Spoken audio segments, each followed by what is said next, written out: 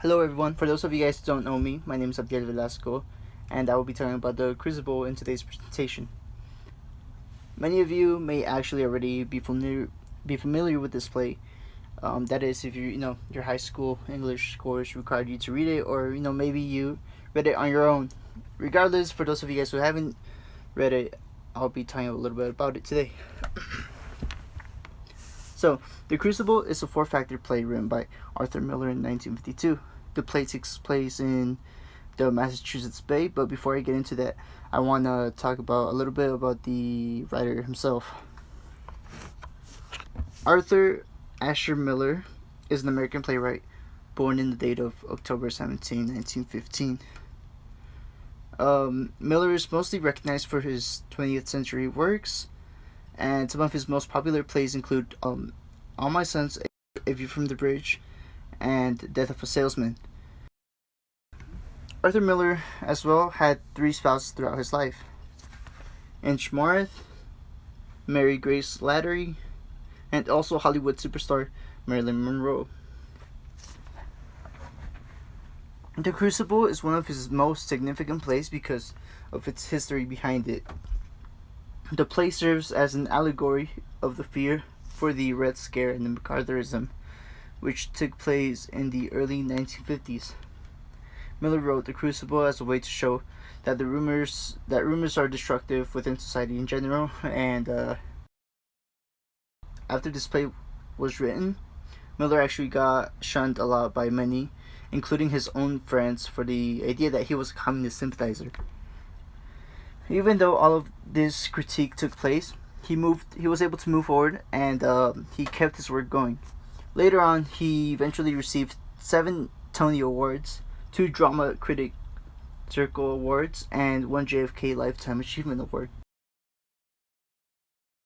Now that you are a bit familiar with Arthur Miller, let's talk about the play itself. The play takes place in Massachusetts Bay, of course, and during the Salem witch trials that occurred during 1692 to 1693. The play itself was first performed in the Martin Beck Theater on Broadway, the date of January 22, 1953.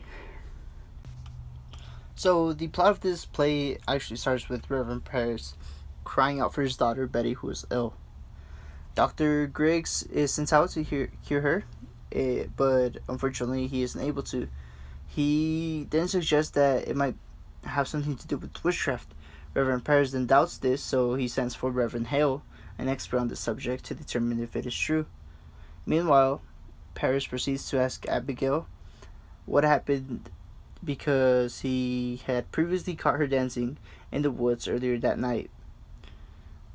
Not only was she dancing, but she was also chanting with the tuba being an African slave.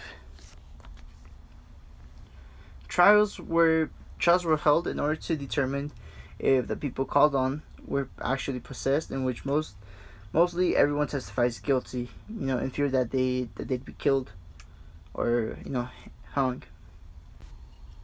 And and in order to prove that they are rid of the devil, they each name someone else who could be possessed. These acts, create a chain of lies and rumors, a chain of events that lead throughout the village.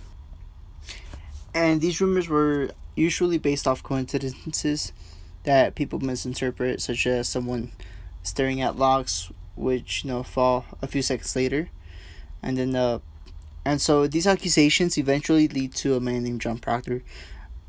John Proctor is a man dignified of his word. Of course, his word is then challenged because a rumor spreads that he formed a relationship with Abigail while she was Elizabeth Proctor's servant. Elizabeth Proctor, of course, being John Proctor's wife. John Proctor is then faced with the choice of dying a truthful man or living through the work of a lie. The Crucible film version was released on November 27, 1996 in the USA. The film was directed by Nicholas Hintner and featured actors such as Daniel Day-Lewis, who played John Proctor, Joan Allen as Elizabeth, and Bruce Davison as Reverend Paris. There's a lot of notable differences between the film and the play, and I think one of the most significant ones is that the film heavily focuses on the events of John Proctor as well as Elizabeth and Abigail. And in the film, it seems that Abigail is a lot more obsessed with John than she actually is within the play. Another notable thing is that the accusations go by really quick within the film. It felt almost as if it was a montage of events rather than stories being told. And Tituba the slave is actually given a lot less screen time in the film, and she's whipped as a punishment for teaching the girls chants and dancing, while in the play she's actually just threatened and she's not really punished. Overall, I really recommend this play and film, and I really recommend you guys watching this. And if you guys are interested in actually watching this or reading about it, I believe it is still on Netflix. But other than that, I'm sure you're able to rent or buy wherever, within Amazon Video, Google Play Video, or iTunes. And I'm sure there's more, but I wasn't really able to find all of them as there's so many streaming platforms these days. So, but other than that, I really hope that you enjoyed this small presentation, and I hope you learned something a little bit about the Crucible. Again, I really enjoyed this play. It's one of my favorite ones, and thank you guys for listening and watching.